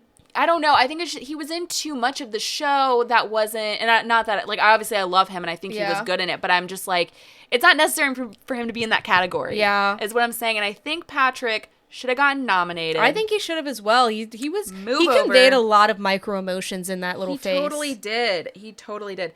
And I think Jason Isaacs was really good in it. I obviously think Walton Goggins was really good. I think Jason Isaacs was fine. He was just kind of drugged out and stressed the whole time. I feel like... Yeah, but I thought his acting was really good. It was, I thought everyone's acting was really good. Yeah. And so it'll be interesting to see what happens with that. I don't think The White Lotus will get anything, though, actually, for once in their lives. I think for the first time, it won't. I think it'll be... Unless Carrie Coon might be nominated. Maybe. She was amazing in that. Can you imagine if The Gilded Age and White Lotus... Was The Gilded Age nominated? Or had No, not I don't a think season? it Okay, would be good. nominated for like this And next I mean, okay, year, good, I because it's think. like that would stress me out if like yet another show She would was be there. pulling a Timothée Chalamet at the Oscars. You know what I mean? Like she would definitely get nominated for The Gilded Age and for White Lotus, probably. Was Timothée Chalamet nominated twice? Yeah, for Dune and A Complete Unknown. He wasn't nominated for Dune. Sorry, maybe the movie was, but that's probably what you're thinking. Yeah, Maybe, yeah. Wait, no, I was just asking because I was like, wait, he wasn't. He's not that successful. Just kidding. Anyway, I'm curious. Those are our predictions. We didn't really give any, but yeah. Well, we're I'm also excited. competing against each other, so oh, right. I we forgot. can't- That's why we you're being can't let so anything- secretive and weird. Well, also, I just don't know. Like, I have to start doing my research probably tomorrow, and Yeah. I'll be. This is our Super Bowl. It really is. Besides the Oscars, the Oscars is this is our I college love football. the Emmys. I get very excited for the Emmys. Yeah. I also, I said this before. I love the Golden Globes because it's a combination. That's true. I'm But it's excited for the bullshit. The Golden Oscars Globes are always because bullshit. you have we got the Oscars trophy last year, so it comes back this year for the next winner. Oh, do I have to bring it back? Do I Yeah. have to bring it back? Okay, yeah. Good. Yeah. I need to beat you at some point. Hey. But then you would never come back to this house probably, so. I know. I want to say I'd be a good sport about it, but I do think it would ruin my whole week. But it won't because I'm a good sport. Oh, I thought you were going to say because I'm going to win. Because I'm happy for my friends. we'll Anyway, see, I yeah. am very excited to compete this weekend. Yeah. Okay, so speaking of shows that I enjoyed but wasn't excited about the next episode, I finally watched Wednesday recently. So I had actually tried when the first season came out. I tried to watch it then, and it was just one of those things where I wasn't really focusing, so I wasn't really into it. Mm-hmm. And so I rewatched it now that the second season is out, and then I watched the second season, and friend of the pod Emily was like, I can't believe you didn't watch this, blah blah blah. And I was like, you know what, I must have really liked this, because after I finished the first season I kept being like, wow, I'm excited for the next season to come out. Mm-hmm. But then the first half of the second season, they split into two halves. Why? I don't know. Yeah. I actually think it was stupid that they did that, because they were only maybe a month apart, and so when I started the second half of the second season, enough time had passed where I was like, wait, what happened? I was like, I need a refresher or something. Why did they do that? I don't know. It was kind of stupid. And for what marketing reason do they do that? It didn't feel like one of those things where the story didn't feel naturally split in half. It just really felt like we were in the middle of a season and it stopped. So I think the first half of the first season, I love the Addams family. I love Wednesday Addams. I like everything that they're doing. Mm-hmm. I think though they need to this next season maybe just do something different with the plot, because this one was a continuation from the first season where it's this whole thing where it's the guy she has a crush on is a Hyde, which means he turns into this what? Yeah. Which also I will say the CGI creatures, some of it is I was I can't look at this Hyde thing because it just looks so fake in this. It just, which again, it's not an adult show necessarily. Yeah. I actually don't know what the PG rating is. I will say though, I think Jenna Ortega is the best Wednesday Addams I've ever seen. I was literally she was made for this role. Mm-hmm. The way she conveys emotion with just literally the movement of her eyebrow is crazy. And also I didn't realize this when I first watched it, but the werewolf best friend is the main character in A Good Girl's Guide to Murder, which I watched recently, and that was very good. That's a British show. It's the one that came up when there was nothing, it was about to come on Netflix, and Chris was like, I don't need to know anything else about this show, and I know Alexa's gonna watch it. Yeah. And out of principle, I didn't watch it for 6 months. I bet you regretted that. And then I caved when he was gone. And I also texted Emily, I was like, when do any of these people go to school in this bitch? Because the whole thing is they're called outcasts, and they go to this castle school that's called Nevermore, and it's supposed to be high school. Yeah. They don't even, at least in Harry Potter and stuff, they're in a classroom, they pretend they're leaving class. I'm I never see any of these people congregate to learn. I never see them leaving a classroom. I never see them doing anything in a class. The first season sort of, but in this one I'm nobody's learning anything. It's just all drama. Yeah. But I think I think they conveyed certain parts of it well. The thing is, I enjoyed it. I watched the whole season, I enjoyed it, but it wasn't, I can't quite put my finger on it, but it wasn't oh my god, what's gonna happen? And I think it's because it kind of played the formula of the first season where it's like this thing happens, Wednesday's got to solve it, a big thing's going to happen, and of course she's going to solve it. And so I think like in the third season, I think they just have to do like they have to shake up that formula a little bit. Maybe it can be summer break and they can. Yeah, well, the school's like shut down now. Steve Buscemi's in this season, which is interesting. There's a lot. Oh, so is Lady Gaga. What? Yeah, she plays Wednesday's spirit guide. Yeah. She like can't wrote a song for it or something. Oh, is it the Dead one? Yeah. The Dead song. Okay. And it was good. There's a Blackpink song in it that was good. Like, wow. You can tell it's like a big money production.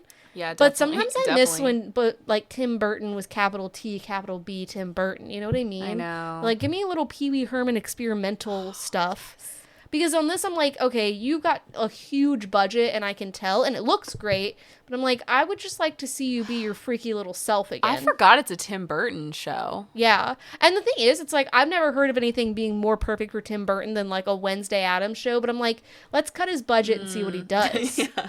Let's see how. Let's cut his budget. Yeah, let's see. Let's put a little pressure on that little diamond. Budget for Tim Burton. Yeah. Next time. Yeah. But overall, like, it was good, but it wasn't great. And some of the acting, like, Jenna Ortega does a great job.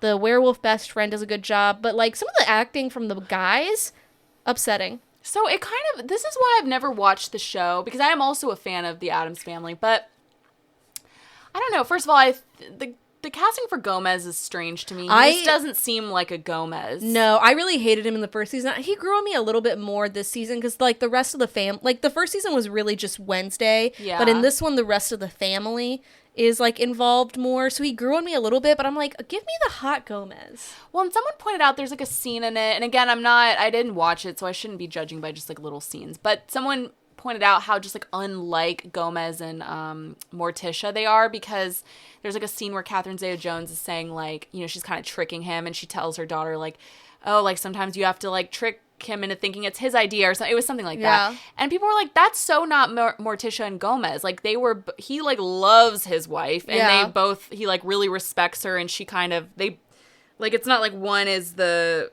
Yeah, which you get a little bit of, like, they are all over each other when they're together, but it doesn't feel realistic, whereas, like, in Addams Family Values and stuff, it feels like, okay, yeah, like, you get the vibe. Like, it just feels like a strange casting for the parents. Do you know who I would have loved to see as a Morticia Addams? I was thinking about it the other day. It's this actress. She was in this show called, did you ever watch Penny Dreadful? No. It came out, like, a while ago. Tell me, like, what Ava Green. Because she has such, or just I want her to be in this show in general. Like, her look is perfect for, like, horror type of things. You know what I mean? Yeah. Like, she's got the look. You know? Maybe it's Maybelline. Maybe it's, like... Maybe it's Ava Green. Yeah. Anyways. She looks like a Bond actress. Interesting. There's like a whole scene. This is crazy. Oh, wait, she is. Oh, that's funny. That's why I think that, because she is in it. Oh, that's funny. There's a whole scene in Penny Dreadful where she literally is like having sex with the devil, but you can't see him. So then they just show her like having sex with the air, and it really stuck with me. It was scary. She's a French actress. She could be in the White Lotus. Oh yes, put her in the White Lotus. Am I really for real? I literally just go, she looks like a Bond actress, and then it looked like she was in a Bond movie. Which one was it? Hold on. That's pause. crazy. It was Casino Royale. She was Vesper. Yes.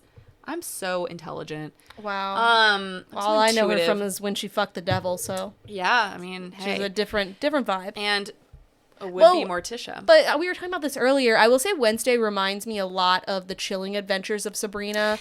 And, okay, this is what I keep... Sorry, you can go. This is what I was going to say, like, earlier, was, like, I can't get the vibe. It almost feels, just based on how people talk about it on Twitter, like when I see like updates, even though I don't watch a show, and yet Twitter keeps like giving me like whatever. It seems like a CW show a little bit. That's kind of, I can't get it. Like, I know maybe it's because they're like teens. I don't know. Yeah, because she was nominated for Emmys for it, so it's obviously like she's very good in it. But then I see like how people talk about the characters, and it just seems silly to me. There was like a scene where they swap bodies. Yeah, and I was like, that's stupid. That was interesting. And I think the thing is, because it's like the Addams Family, you know, it's based on a series of comics that then they did XYZ, and I think like there is like a plethora of like characters and plot to draw from, but to what point? You know what I mean? And I think maybe that's the wall that they're coming up against. True. You know what I really desperately want to see a remake of, and they kind of did one. Like Rob Zombie did one, but I did not care about this movie at all. Is The Munsters. Oh yeah. I used to fuck with The Munsters so it was my like the way that people love the Addams Family. I do like the Addams Family, but I loved The Munsters. Molly, when I tell you, I remember the exact moment standing in Walmart with my dad, and I realized that there was Munster cheese. And I was like the Munsters. Aww. And my dad was like, yeah, I guess so. Yeah. And it was one of those mind blowing things. For a long time, I thought it was like Munster cheese from the Munsters. He didn't clarify anything for me. I loved that show as a kid, like, because my dad, like, always, I watched it with my dad. And I'm like, make that into a show. They did. Rob Zombie did it, and it was just weird. I didn't like it. How did the Munsters and the Addams Family, like, what, they feel like two branches of the same tree, but I don't know how they did. The origin stories of those. Well, and I need to look that up. What do you mean? Like, they feel very similar. Because they were both, like, I guess, because The Munsters was a 1960s sitcom. Mm-hmm. It was only 2 seasons. I felt like that's how old shows were. Like, same as when I was, like, a kid and I watched, like, Disney shows. Yeah. Like, I found out Zack and Cody was only, like, 2 seasons. I'm like, how is that possible? I watched it every day. Those reruns. Anyway, The Munsters, though, I wish that they would make a remake of that. And they could also make that, like, what was her name? Lily? No, the mom was Lily. Who was the niece? Like, she was gorgeous, and they could so make that, like, a teen show. Not a teen show. Make it a very good show. Yeah. It could be like a What We Do in the Shadows type of thing. They could make it into a musical. Yeah. Like The Addams Family. Well, speaking of 2011, we're going to take it back. Oh, yes. So the second thing that I had texted you about big news the other morning is that Lena Dunham is coming out with a new memoir for the first time in 10 years. And this is big for both of us as Lena Dunham fans. It is. I'll be honest, I wasn't, like, overly excited when you told me. Because I didn't read her first book, so I thought you did. Mm-mm. Do you want to? I have it. Not really. Okay. I'm a fan of, obviously, I'm a fan of her shows, but I've never thought to, like, read her book. I actually think that probably will be very insufferable. I really liked her book when it came out. And what's interesting, I didn't realize she was 28 when she wrote it. I was reading a story about it before. It's not that kind of girl. I read it in college.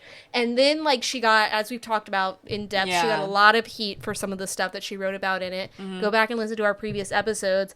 And she also got a lot of heat for just, like, kind of her personality in general. And I'm not excited for this. I just can't even imagine what she's going to say in this. Well, I think, so what she talks, from what I've read, it sounds like she is writing about the time period when she became, like, famous. She became Lena Dunham, but also, like, that was around the time when she started having a lot of health issues.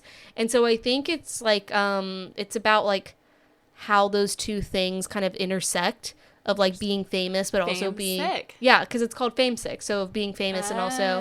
and it says, I read somewhere, and I wrote this down, that it's a 3-part reflection about a decade of her life written in the perspective that hindsight offers her. So I think she, like, looks back on that time a lot because she was so young when, like, girls... So I think it's going to be, like, about her creating girls. And that is exciting to think about. Yeah. And I think it's interesting because she just came out with Too Much. She's coming out with this book. And I think she really did take, like... She's had a lot of health issues, but I think she also, like, kind of took a step back from the spotlight because, I mean, she got, like, a lot of heat. Like, things were not going well for her for a while for just, like, random, sometimes dumb shit, sometimes valid things. And I think that it's interesting because now she's, I think, finally, sounds weird, like, exposing herself to the public again. Yeah. Like, putting herself out there creatively. I mean, and I think, like, because she has endometriosis, so she's talked about, I think she's had, like, a hysterectomy and how that's, like, impacted her. And then I think she's had some other, like, health issues either as a result or, like, concurrent to that. So I think, like, it will be interesting. I'm also interested to hear about, like, the perspective, because she talks a lot about how it was crazy that she had girls she was like 23 or something when it first came out, and kind of, like, seeing the reflections on that I think will be really interesting. Yeah. And just kind of, like, I don't know, I enjoy her writing style. And, you know, she said, like, this took her 7 years to write, and she was like, I'm not used to that. I'm used to just, like, when I was younger, like I wrote, I put it out. I wrote, I put it out. Like I wrote a show and then we filmed it. I think that's the key to some really good material. And unfortunately, you start to filter yourself as you get older, but also as you face a lot of heat and you have a lot of And critics. I could see that because, I mean, I feel like Lena Dunham, she, like, her unfilteredness is some of what, like, made her problematic stuff, like, funny. Like, all of her characters were problematic, but, like, that's what made them feel... That was the point. We talked about that when we were talking before, that I feel like it's lost on a lot of people. Like, if you don't get it, then you don't get it. But if you're a fan, like, I love... Girls is one of my favorite shows ever, and I understood where she was going with it. Like, it was definitely all on purpose, but I don't think a lot of people got that. Yeah. So it comes out in the spring of 2026, so I'm excited. I'll be reading it, and I'll let you guys know. So why don't you tune back in then, but also every episode until then. Nice. Yeah. So I was thinking about, I literally laughed so hard when I told you the other day where you were like, I don't think you're online, like I'm online. And I was like, no, I am online. And it's just the like sugar on my tongue dog dancing videos. There are cats. There's also dogs. Okay. There's one, I'm not kidding. There's one of a little stuffed Dalmatian where it's like dancing to the Tyler, the Creator song. I've watched it maybe 20 times. There's a trend right now of like people putting their like a couple like putting their paws. That. And we did it with Matilda today, and she did it. She put her paw on us. Should we try that with Poe? I don't think she'll do it. I don't know. She might not be able to reach us. We have to do like on the couch. Yeah. But so this just like, I thought it just really made me laugh. So SHEIN, the, fast fashion retailer, got in trouble because they had like a sale for this shirt. And you want to know who the model was? Luigi Magione. I was like, I know. Yes. And it's just, and everyone, like, people were pulling it up and they're like, wait. They're so crazy. It's so funny. It's like the same thing with Wayfair. Sometimes I'll see like stuff that they're selling and I'm like, wait, what? There's something so just completely unfiltered and just there's almost like like it's such an insane thing to do that there's almost like such an innocence to it where you're just like, what the hell, like what is wrong with you? You can tell they are pushing out so much product that no one was like, hey, we've got to we've got the guy who murdered the CEO modeling our shirt. Who's in prison currently. Yes. And so what happened was, it's an AI person. Okay. And like I think it was the New York Times, I can't remember, some big publication had like a AI analyst and they were like, yeah, it's an AI thing. And they're like, but the thing is like Luigi Magione just has like features that people like in models. So they're going to like probably pull his face. And I was just like, that's crazy because it is his face. It is literally his face. If you've seen the ad, it's but like... but still somebody had to look at that. Like, so no one at the... I don't think it's anyone who... Maybe it's just people who aren't aware of like the CEO murderer, because I think like... Interesting. I think it's like a overseas based company. And maybe it's just and like I was gonna say, I was kind of getting that vibe from it, too. Yeah. Was like, yeah, because it's just like, who would do that? Again, and it'd be somebody who just doesn't know. That's what I meant, crazy. Where there's just like this almost like... It's just like some random employee's like, yeah, he's hot. He'll do. It's kind of almost... Good job, AI. It's like almost not endearing to have Luigi Magione on, but it's just like endearing at how like they're just like, I don't know. And they've obviously taken it down. They were like, sorry, that was like an oversight on our part. So crazy. And it's like, no, we know it was an oversight. Yeah, we know, because there's no way. That would be actually crazy. It reminds me was like in 2016 when Urban Outfitters came out. It was like a Kent State shirt and it looked like it had blood on it. Which is like, oh my God, obviously like symbolic. That's not a word. Symbolic of like the Kent State shooting that happened. And they were like, we didn't realize. We just thought like it was like a cool like, and it's not. It's supposed to. It's red paint, but it like looked bad. Yeah. And it's just sometimes you're just like, there had to have been multiple people on this. I think with SHEIN especially, I mean, they are pushing out Yeah, thousands of that is styles all- like every day, all the It's time. very mechanic and like Yeah. robotic at this point. So I don't even know if they have a person who's like reviewing. No. They're like, And that's why I'm sure AI. AI cannot replace humans. I think that's like an AI person made this image, and an AI reviewer probably was like, high five. Good job. We've done it. And again, Success. somebody who just doesn't know who he is. I don't Yeah. know. That's so funny. It really like made me laugh. It's crazy, actually. I don't know if I can call it funny, but it is crazy. I laughed. I thought it was funny. It was wild. Wait, okay, you know what? We can cut this, but imagine like, what if the CEO's like family? I don't know what his family situation was, but if he has kids, like who are like, imagine a teenage girl is just like buying something from SHEIN, and she's like, I've been having a tough year, like, let me buy something from SHEIN, and she looks, and it's his him. face. Imagine being someone who bought that shirt. Like, imagine, like, before they took it down, you just see that, you're like, is that Luigi Magione? Good deal, though. You know and you what? just, like, add to cart. He models it well, I don't know. Yeah, I mean, he did. I mean, undeniably a hot man. But, so, another, like, crazy TikTok thing.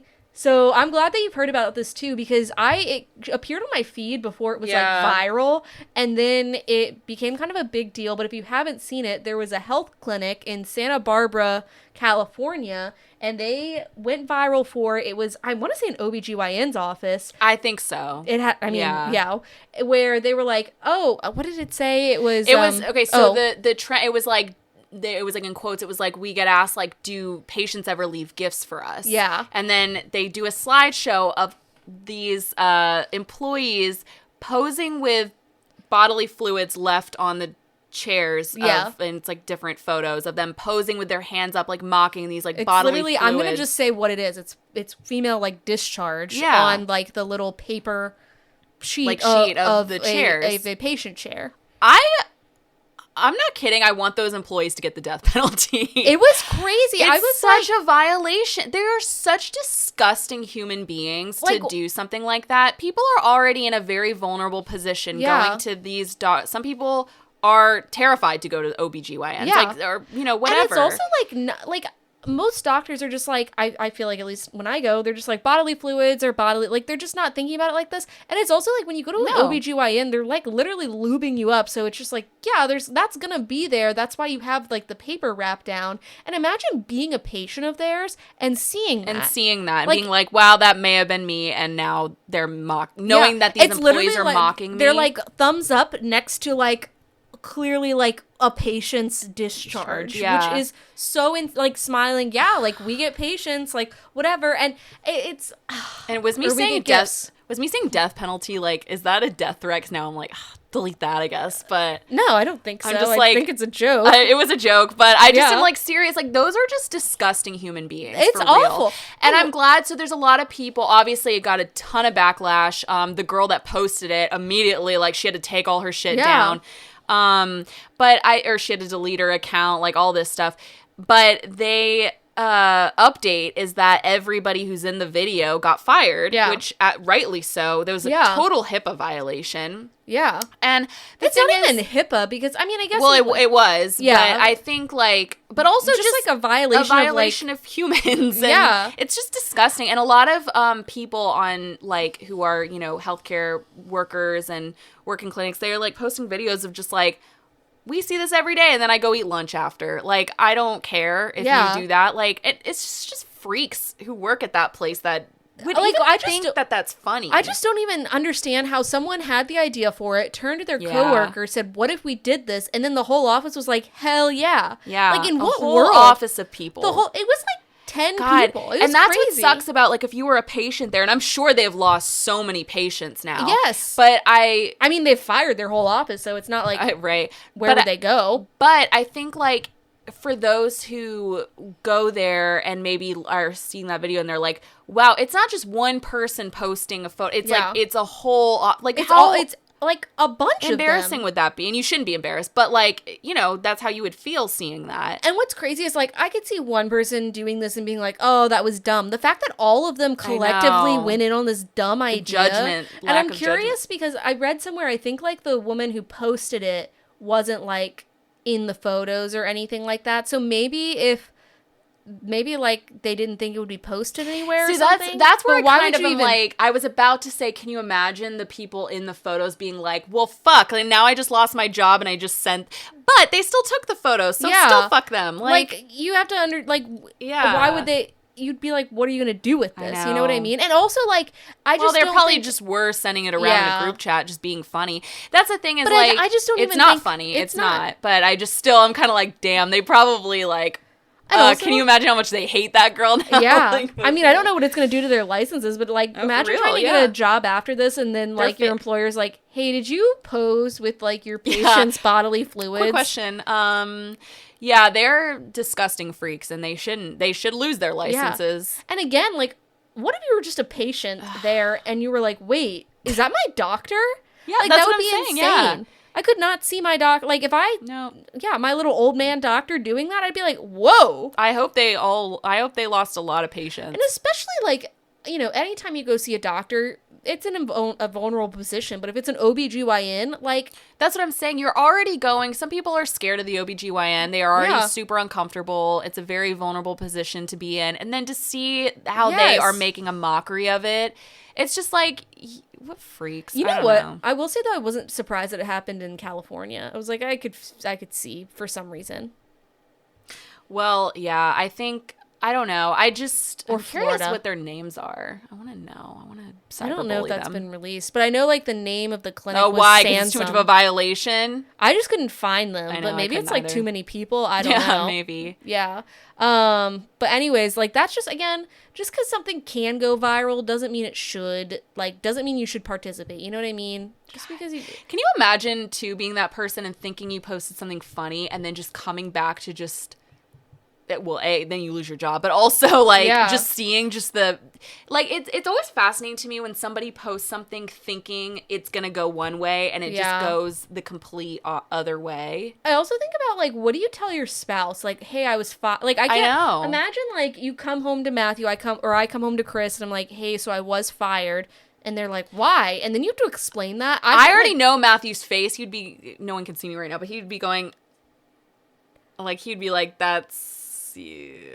Chris would just be like, are you fucking serious? I was thinking that too about them. It's so fascinating. Like, I'm always fascinated by things like this, and it's so not a big deal. I'm sure no one else is really thinking this deeply, and I'm not like, I don't know why I think this much about the people who did the evil thing. Yeah. But I'm like, what are their lives like currently? Like, are they just like in hiding? Good. Yeah. Cause like, how do you go about life? Like, how are people defending them right now? Like, do you think their families? I don't think people, like, they're not getting recognized on the street. You know what I mean? Like, I don't know, but what they look like. How are they telling their families, like, yeah, this happened to me and it was supposed to be a joke? And like, I do wonder if people like in their lives are like defending them, or if they're like, no, you're pretty fucked up. Yeah, I think like, again, if the roles are reversed and like Matthew or Chris did that, I would be like, we'll get through it, but like, yeah, own your shit that you did the dumbest thing I've ever heard of. For real. Like, people would ask, and I'd just be like, yep, they did that. Yeah, that's them, guys. Yeah. Here's their Instagram account. Yeah. Get them, girls. Sick 'em. But anyways, I think we've come to the end of our time here. As always, thank you for joining us. And I hope that you watch the Emmys along with us on Sunday. We'll be having a blast. We hope you do as well. But more importantly, come back and have a blast with us to recap after.